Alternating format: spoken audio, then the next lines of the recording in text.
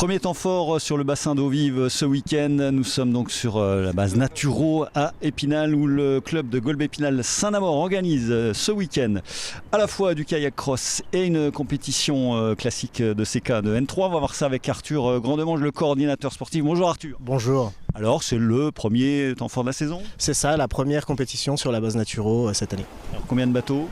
Alors sur le kayak cross on attend 110 bateaux et sur la Coupe de France Nationale 3 on attend à peu près 200 compétiteurs. Les enjeux? Les enjeux sur le kayak cross, on est sur une manche de Coupe de France, donc ça va être justement les gens vont acquérir des points pour cumuler. Et pour la Nationale 3, on a deux types de participants.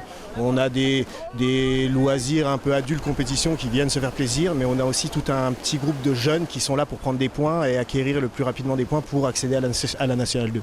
Je crois qu'on va voir notamment Mathieu, le frangin de Marc, à qui on va tendre le micro en canoë alors que c'est un pur kayakiste. Exactement, c'est ça. On a aussi des N1 qui vont être sur la course, mais qui courent dans une autre discipline où ils ne sont pas habitués comme Mathieu en canoë. Globalement, on va jalonner un petit peu la saison. Il y aura des temps forts, notamment le championnat de France au mois d'octobre. Bien sûr, c'est ça. Alors sur la fin de saison, on aura le championnat de France élite et cet été aussi au mois d'août, on attend une course internationale.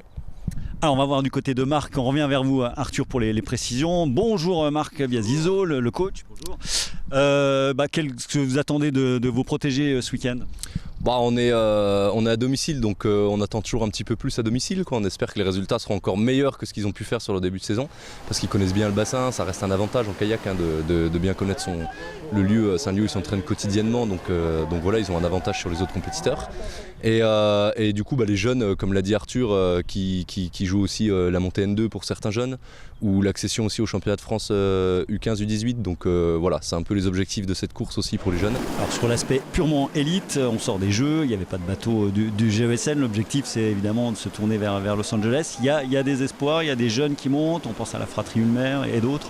Ouais, on a du potentiel, ça y est, ces dernières années on peinait un peu à mettre des gens en collectif là, en équipe de France, et là il y a effectivement Léo Ulmer qui a fait des très belles courses de sélection. Il est dans les 3 pour être sélectionné donc, pour les mondiaux et les Europes juniors.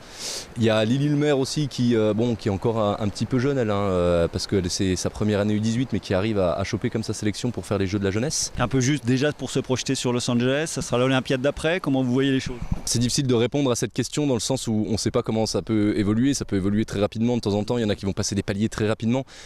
Mais ça reste quand même des U18 quoi, donc Los Angeles je pense que ça fait un peu juste quand même, ça c'est personnel, après on sait jamais, il peut y avoir de belles surprises.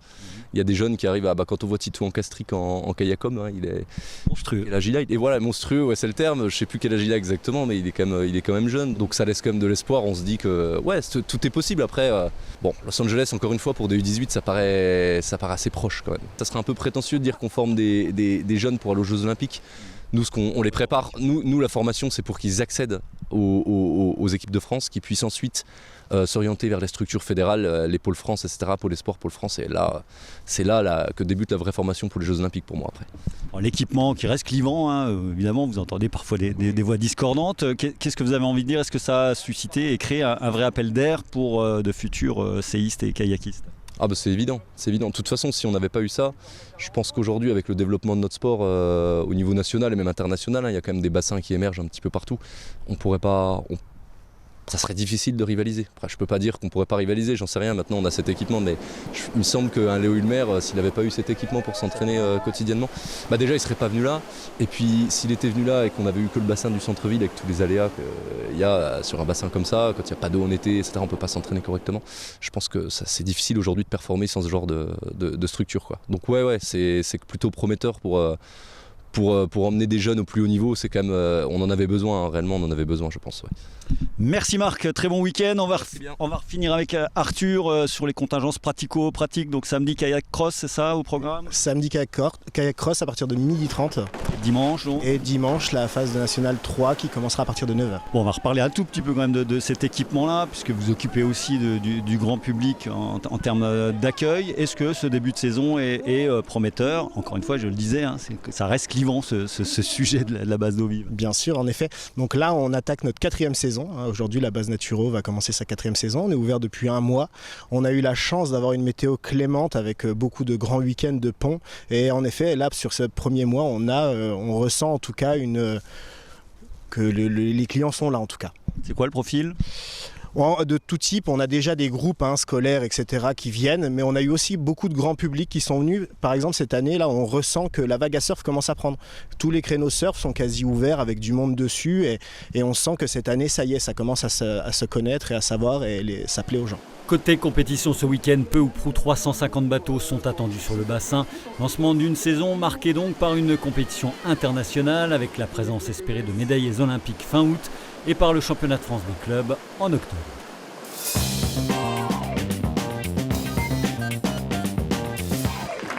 Dans le reste de l'actualité sportive, du football tout d'abord, libéré d'un poids après avoir validé son maintien en National 2 lors de la précédente journée, c'est sans pression mais avec l'envie de terminer à une position plus flatteuse au classement que le SAS aborde ce samedi son dernier rendez-vous à la Colombière face aux Corses de Balagne 8e qui ne possèdent qu'une unité d'avance, début de la rencontre à 18h.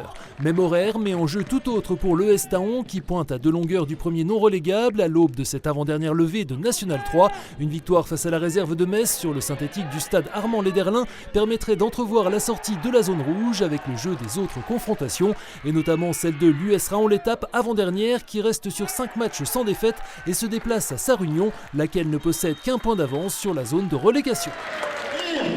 Invaincu en cette année 2025, soit une série de 13 victoires consécutives, l'effort basket Mirecourt joue les premiers rôles en cette fin de saison. À 2 journées du terme, un seul scénario permettrait cependant aux Mircursiens de ravir la première place à Dijon d'Adol, qui possède le panier avérage particulier, à savoir espérer 2 défaites des Bourguignons tout en faisant le plein, et ce dès ce samedi soir face à Rixheim 10e, match dès 20h en salle Claude Accard. Lanterne rouge est déjà condamné, le BC Golbet-Épinal essaiera pour sa part de faire bonne figure pour son dernier match à la maison et en National 3 face à la Gauloise de Vitry-le-François 4e, entre deux d'envoi à 20h au Palais des Sports Émilie Wolf. Enfin et toujours au rayon des sports collectifs, dernière apparition à domicile également pour les filles d'Épinal Handball. Boutées hors du podium après leur lourde défaite il y a 15 jours à Longvic, les Spinaliennes vont tenter de renouer avec le succès dans leur salle face à leur poursuivant direct, la réserve de Dambar-la-Ville 5e.